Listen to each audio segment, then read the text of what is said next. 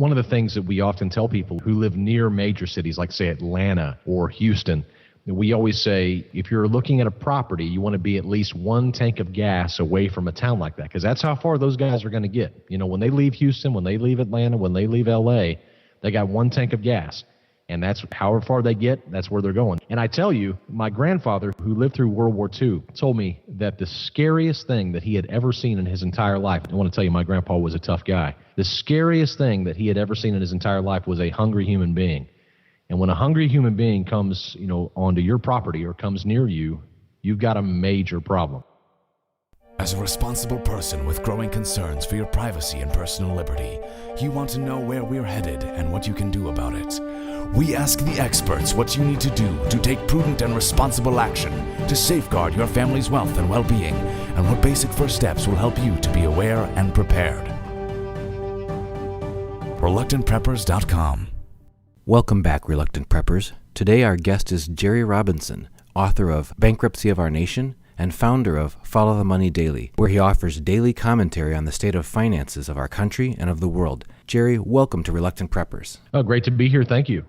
Today we'd like to talk with you about where in the world is the right place for people to settle down, to move, if they are interested in reducing risk of social unrest or turmoil that might come, and have a safe location for their family where they can have the basic needs met and are less dependent on perhaps unreliable infrastructure or systems, and also perhaps further out of harm's way than they might be in case of social unrest, and what principles would guide people in helping to make a decision of where's the right place for them to live? Yeah, that's a great question, and it's something that my wife and I have talked about extensively. In fact, we had moved down to Houston, Texas. I mean, you're talking 4 or 5 million people, I guess, all depending on how you count the metro area. But, overall, we were living in a massive city, and, of course, hurricanes would come in occasionally, and you would always see the breakdown of the society. I mean, even though people living in Houston know hurricanes come, on a fairly or a semi-regular basis, they would still freak out. Stores would be empty, and people would be going up the only highway that goes north, I-45, and that highway would be completely congested. And it just took a few of those. Of course, fortunately, I never experienced that when I was living there, but I have family there. And I've heard all of the stories, and I saw it with my own eyes when I was there. Just too many people. And the major threat, I think, for going forward is population density.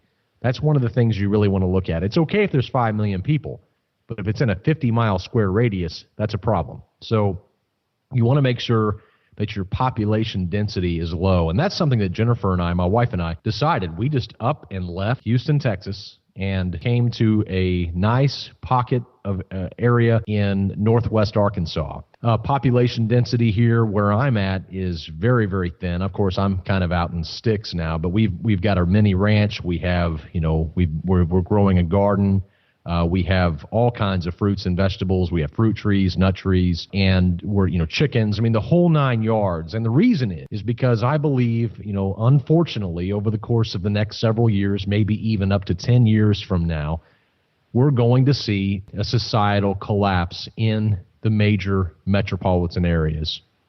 And many people are worried about terrorism. Others are worried about natural disasters that could strike cities.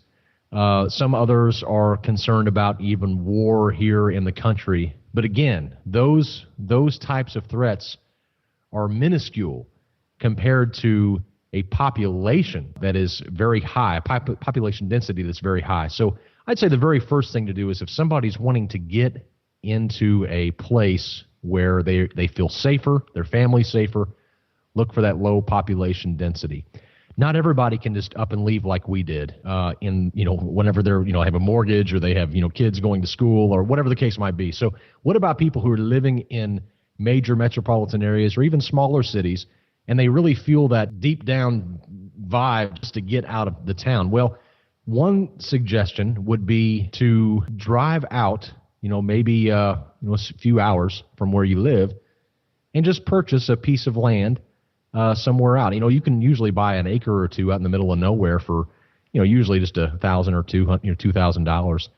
And, several people I know have done this, and they have a pop-up or they have a tent or something. And they basically, if something happens in their town, they can get out and take their stuff with them, their preparations with them, and go out there, pop up their pop-up or a tent, have a makeshift living arrangement on their own property, on their own land. I think that's the one thing that's so important. You don't want to be dependent upon other people unless you have already made preparations for that ahead of time. That's a very bad time to be making plans and living arrangements whenever it's when there's an emergency.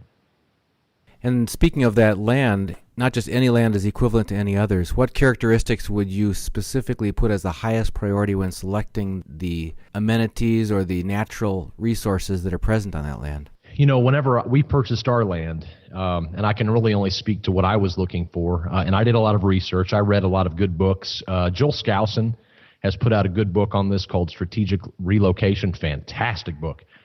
There are some other books as well and resources for people who are looking for this kind of thing. You can even go into old bookstores and read about, having your own country home or something like that. You'll find a lot of great resources out there for free on the web as well. But the thing that was important to me, and I can really tell you this, was water, having access to water. I have a creek, that runs through the property. It's a live creek. Have a pond on the property. You want to have good soil. A lot of the soil that I have is pretty rocky, but we were able to salvage quite a bit of land here and, till it down and create a really nice garden. That's really important. I think also so many people who have land don't take full advantage of it by placing trees and nut-bearing trees and fruit-bearing trees. And so I would say, having a little bit of extra room and then taking that commitment. I mean, you can purchase these trees for not very expensive, and they'll provide you almost a lifetime of wonderful food, and you'll save a lot of money. So I would say water is way up there, as well as good land. And, the property that we bought was not all fixed up. It wasn't all pretty. There was thorns. There were things that needed to be fixed. And I would say that for most people, unless they're just walking around with a massive amount of money, that's a really good way to do it. And it becomes a project. And that way you get to really learn the lay of your land. And so that's what I would recommend to people. I think, again, water, the ability to cultivate your own food. Certainly if you want to have animals, make sure there's no restrictions in your area. I know some states are getting real bizarre about it. And don't be afraid to buy something that needs a little bit of TLC. As long as you have some strength left in your bones and in your body, that's something you can certainly do. Now, back to the question of general location. One of the slides I saw you display at the Liberty Mastermind Symposium in Las Vegas, Nevada recently showed a map that indicated where all the major population centers were, a lot of them clustered along the borders of the country, along the coastline or other border areas. And one of the speakers there talked about staying away from the borders. Are there considerations in addition to simply population density that would make being very close to a border less advantageous for security? Yeah, I think so. I mean, that's probably not something I would do. I probably wouldn't want to live right there on the border. Of course, it doesn't matter where it is, whether it's on the border of an ocean or whether it's the border of another country. I would rather be inland for at least the next decade or so as we kind of see how things sort out. So I think that's important. Another thing we probably didn't mention that's important is how are you going to make money? Many people think it's great to move out in the middle of nowhere. But, then all of a sudden, how are you going to make money? You got to drive somewhere. And then, in fact, I just talked with somebody recently who had done this. He had left the city, had moved out, had a great piece of property, well over 10 acres, had just built his dream prepper home. And now, with gas prices the way that they are, he's driving into town. And, of course, his wife's staying home to homeschool. And so it's just a wonderful setup. But he can't afford the gas anymore because he's driving back and forth so much. And so they're having to sell the house. And see, that's just a terrible story. I think that one of the most important concepts that we teach is the power of creating multiple streams of income. So many people are dependent upon a job exclusively for all of their income. And of course, that's very scary because then you're at the mercy of your employer. So there are so many ways to make multiple streams of income. And that's something that we focus on at our organization. I think that's one of the ways we empower individuals to prep and to actually take action is that they do have those multiple streams of income coming in, so they're not beholden to one single job, so they can live out wherever they choose, and as long as they have internet, they can operate. The internet's an absolutely wonderful thing, and it certainly has leveled the playing field for so many entrepreneurs. Right. It opens up a lot of opportunities that are portable and not location dependent for many folks, as well as things that can fit into their timetable. It's not locked down. Often the things that you're able to do to create income streams there can work around your schedule to a great extent, and that can be fit a more flexible lifestyle where if you need to try to be doing some of these agricultural things or homeschooling, as you mentioned, other things that are more family-centered can afford you some of that flexibility. Now, in the case of a societal collapse that we're describing the possibility of, it wouldn't be right to put all your eggs in that basket and assume that the internet and the ecosystem of the economy surrounding the internet is going to be there and present and ready to continue to provide you with income. So that's where we fall back on some of those more fundamental things I think you were talking about, such as large garden and trees that can create produce and so on for your family, water, chickens, all that sort of thing. Any further thoughts along those lines? You mentioned multiple streams of income, some of those that might not be entirely dependent on a well-functioning societal infrastructure, including the internet. Well, that's a really good question. We can dive there. Before I do, I was just thinking of one other thing that I completely thought about, and that was the concept of transportation thoroughfares whenever you're selecting a property. That was something else that I forgot until just now that was very important on our list. We didn't want to be right smack dab in the middle of a major highway or next to a major thoroughfare, and I think that's very, very vital. One of the things that we often tell people who live near major cities, like say Atlanta or Houston, we always say if you're looking at a property, you want to be at least one tank of gas away from a town like that, because that's how far those guys are going to get. When they leave Houston, when they leave Atlanta, when they leave LA, they got one tank of gas. And that's however far they get, that's where they're going. And I tell you, my grandfather who lived through World War II told me that the scariest thing that he had ever seen in his entire life, and I want to tell you, my grandpa was a tough guy. The scariest thing that he had ever seen in his entire life was a hungry human being. And when a hungry human being comes, onto your property or comes near you, you've got a major problem. I mean, a major problem. And so this is what we're faced with. And I think the transportation thoroughfares are something to certainly pay close attention to as well when you're selecting a property, as well as demographics and all of that. Now, as far as income streams, obviously the internet, as we mentioned, is a wonderful way to create multiple streams of income. But what happens if the power goes out? What happens if they knock the internet out? I mean, all these scenarios. What if we have a big solar flare and it knocks out the power grid for even a month or two? I mean, I've even heard even longer stretches. So how do you make money during that time? Well, I think you're absolutely right. We're growing enough food to feed ourselves, to store some, and to sell the excess. We have a real nice farmer's market, probably about 30 minutes away from where we live. And so we plan on taking a lot of our excess fruit and vegetables and nuts and all of those things down to the farmer's market to make extra money. We also talk about the ability to create a referral business. That's something that we're actually talking about right now on our website at followthemoneydaily.com. And that is a referral business where you lock up with other businesses who are providing a product or a service, usually a service, and you help them advertise, and then you share in the revenue. And we go into great detail about how to do that. All you need is a phone for that to work. So you don't really need the internet for that. And there's probably, we have about 22 different income streams on our website that people can check out. It's also in our book, Bankruptcy of Our Nation. It's just something that we really feel people need to be ready for. It's unfortunately, I think it was on the Drudge Report, I was reading the other day, or maybe it was USA Today, I can't remember what I was reading, but 48% of Americans, the latest poll, have less than 1 month of savings. I mean, this is just ridiculous. We have so much money.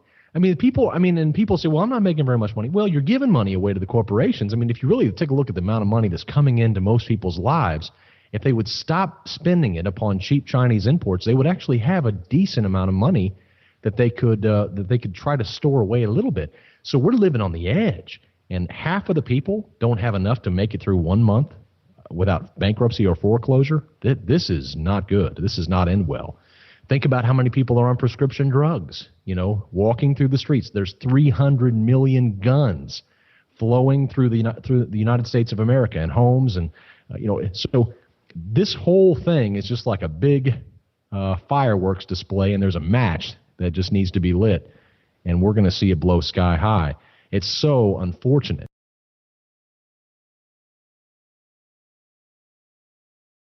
That such a wealthy nation has ended up here. And some of those urban areas we were talking about earlier are known to be notoriously more violence-prone than others. We have two close family members who live in the Los Angeles area, one of whom referred to it as a kill zone in case of social breakdown.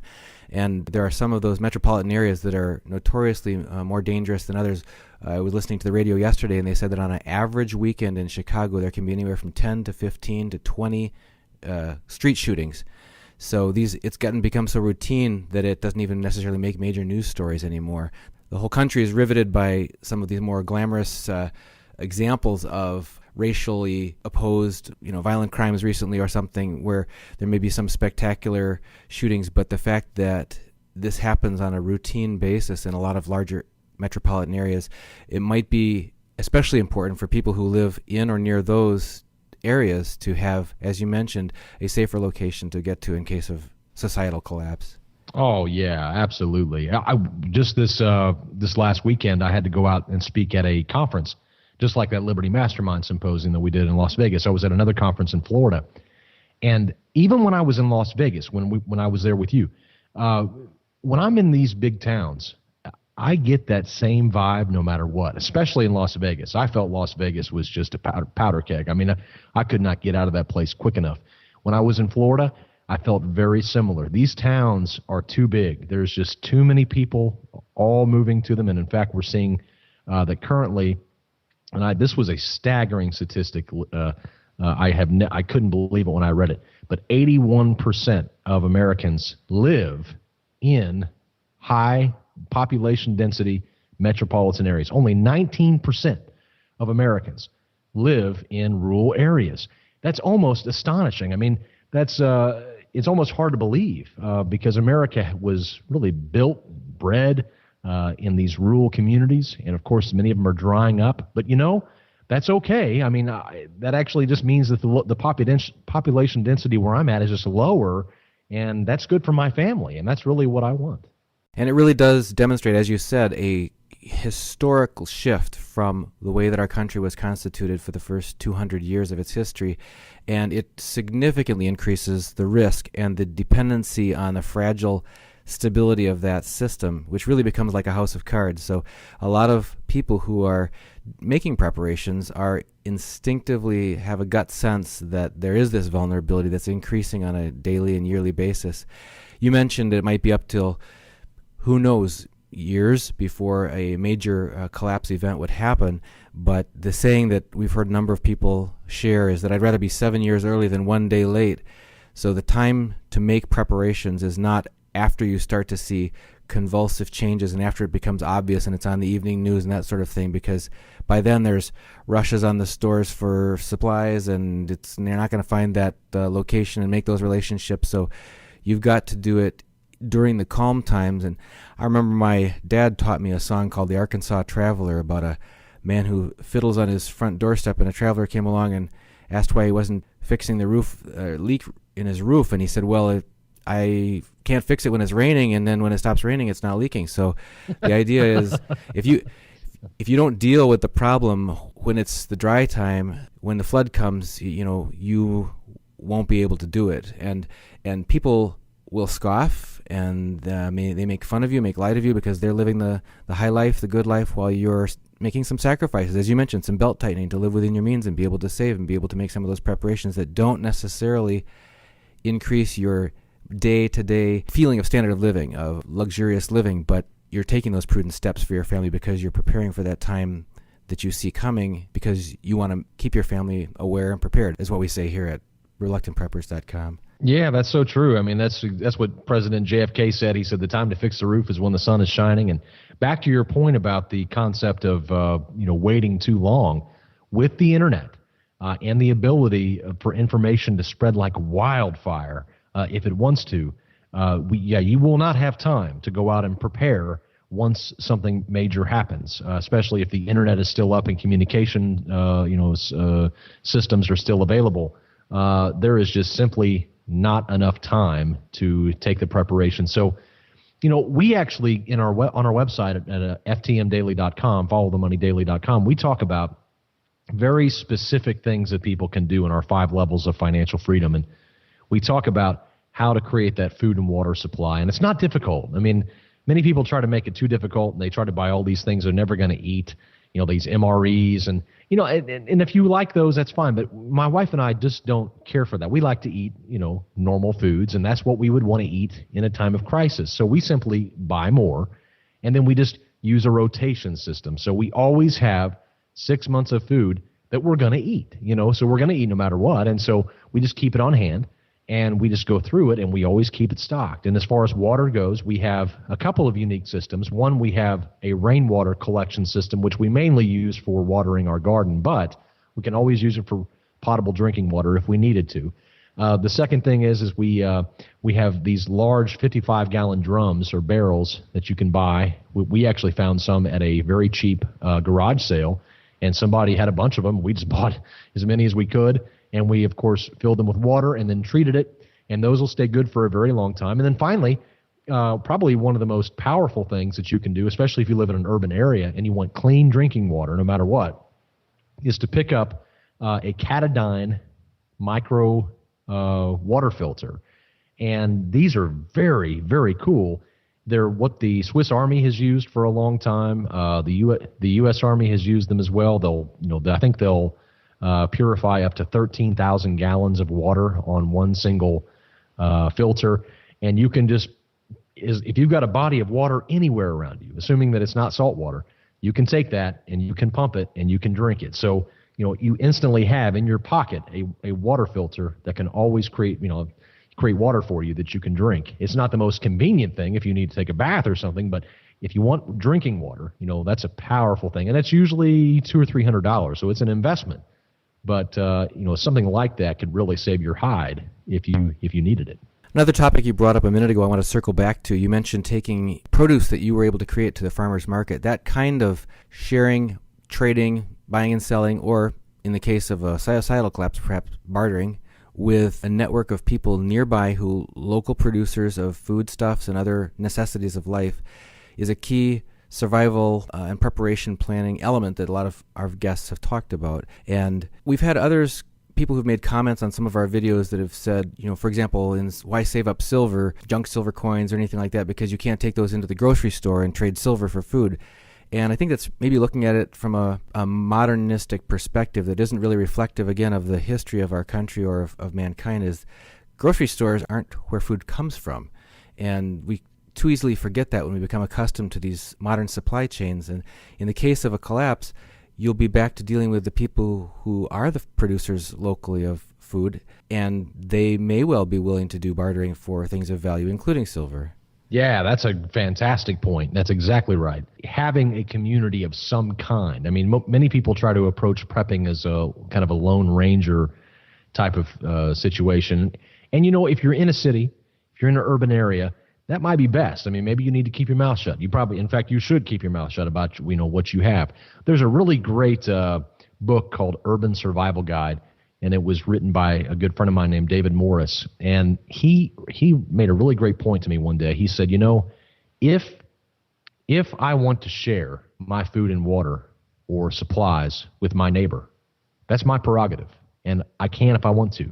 But I want to be able to do it on my own terms. I don't want my neighbor to know that my house is full of food. However, I can always, if I see that his son or daughter is going hungry, I can always sneak out in the middle of the night, put some food and water on their doorstep, and give anonymously, because obviously I wouldn't be able to stomach that if I saw that going on. But they don't have to know where it's coming from, and I think that's very important. A lot of people brag about what they have. I'm prepping. Well, that's going to come back and bite you eventually. So it's important to keep those things down low. Now, if you live in a rural community, a lot of people around you are kind of living the same way. I mean, they're preppers. They just don't really know it. They have, plenty of livestock. They got plenty of food. They got plenty of water. So you don't have to worry as much about some of those folks, and you'll find as you begin to build community with them that many of them you can glean so much information. We have lost so much great information from previous generations. This generation that we're living in now, I mean, we can't live without AC. We can't live without heat. We can't live without electricity. And, I'm glad we don't. I'm glad we don't have to live without it. But we are not a very tough generation. We look back at that greatest generation, World War II, World War I. We go back and we see the kind of people that we used to be. We've gotten so sensitive now, so soft. It's just not a good thing. I mean, we have a really bad set of criteria, things that are kind of this bad combination of all these things that are kind of lining up like a perfect storm. And like we said, it's just not going to end well. One more point related to that idea of bartering or trading. In terms of what you might be able to use as currency going forward, a lot of people who may be pulling their money out of stocks or other what they perceive as more risky investments and want to have a safe place to put their funds might be tempted to go into cash in their savings account, bank account, checking account, or even paper dollar bills. What is the future? You happen to be, and our visitors might not know this, but an expert on money trends and the U.S. dollar.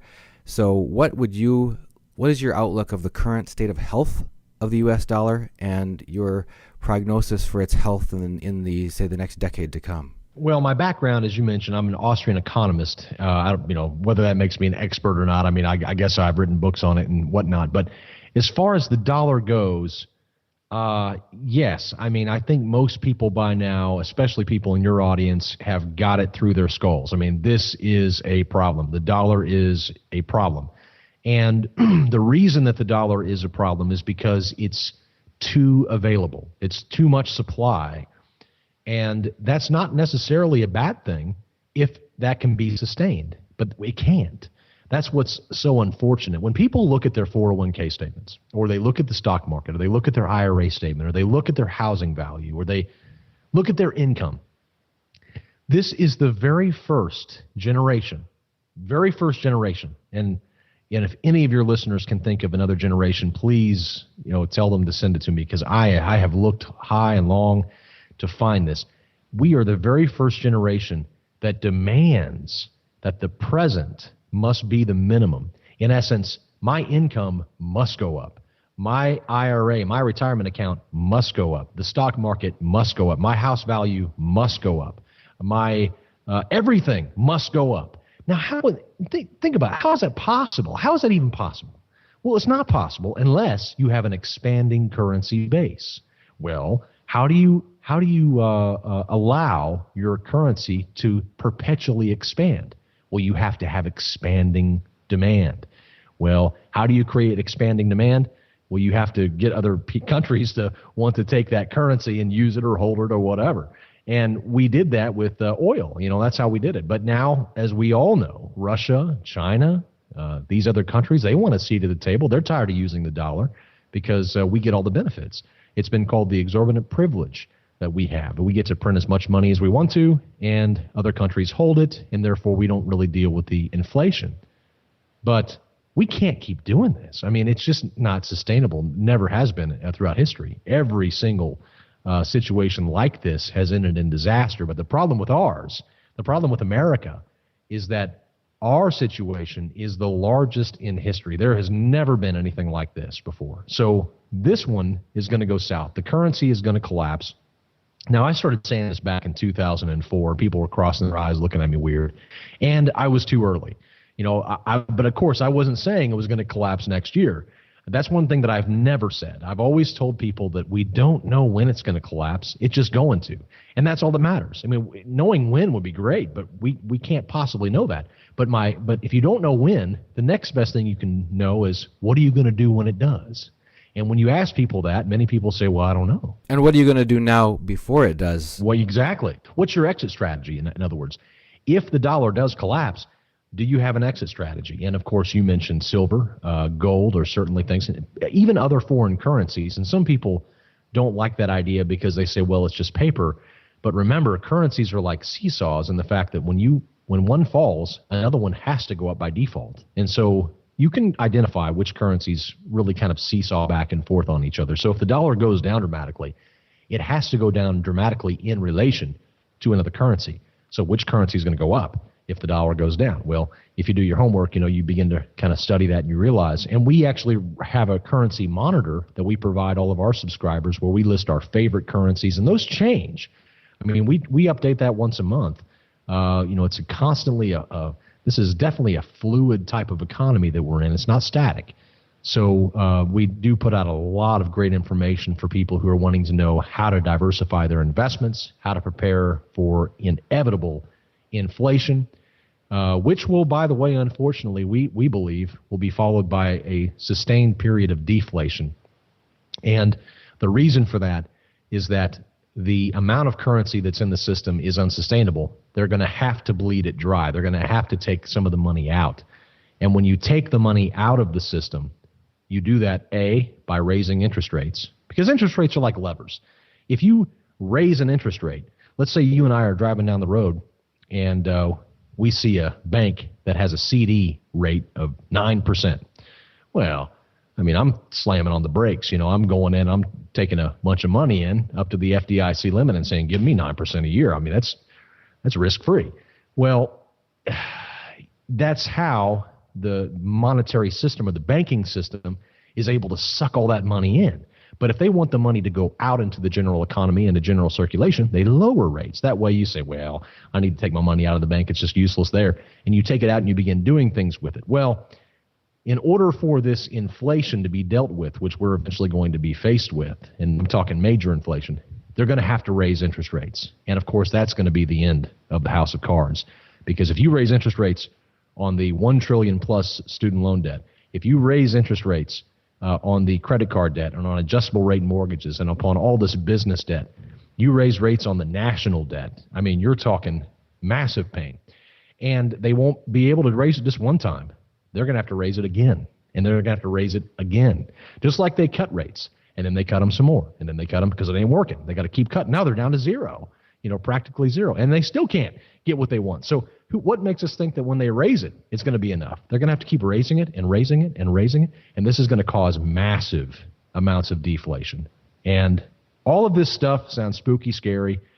The truth of the matter is that this is all historically identifiable. And people have made lots of money during times like this, so we're not worried about it. We don't know the timing of it, but we are committed to being prepared for it. And I think that's what your show is all about. So, I think that's why your folks listen to you, because they want to be prepared for these kinds of things. So for people who'd like to find out more about the information that you offer, where can they go for more? Well, we have a website, and it's FTM, like follow the money, ftmdaily.com. And right there we have tons of free information. We have a free daily briefing that goes out every day. They can sign up for that on email. And then we also have a subscriber area where we provide income ideas, and we provide currency ideas, and we provide investing ideas, and even ideas for people who want to trade stocks or trade currencies. I mean, all of this information is part of our subscriber program that we offer, but we have a lot of free materials there that people can check out, ftmdaily.com on the web. Well, Jerry Robinson, thank you so much for being here and with our Reluctant Prepper audience, and we'll hope to have you back again sometime to talk about more of these topics. Thank you for joining us. It was a pleasure to be here. Thank you.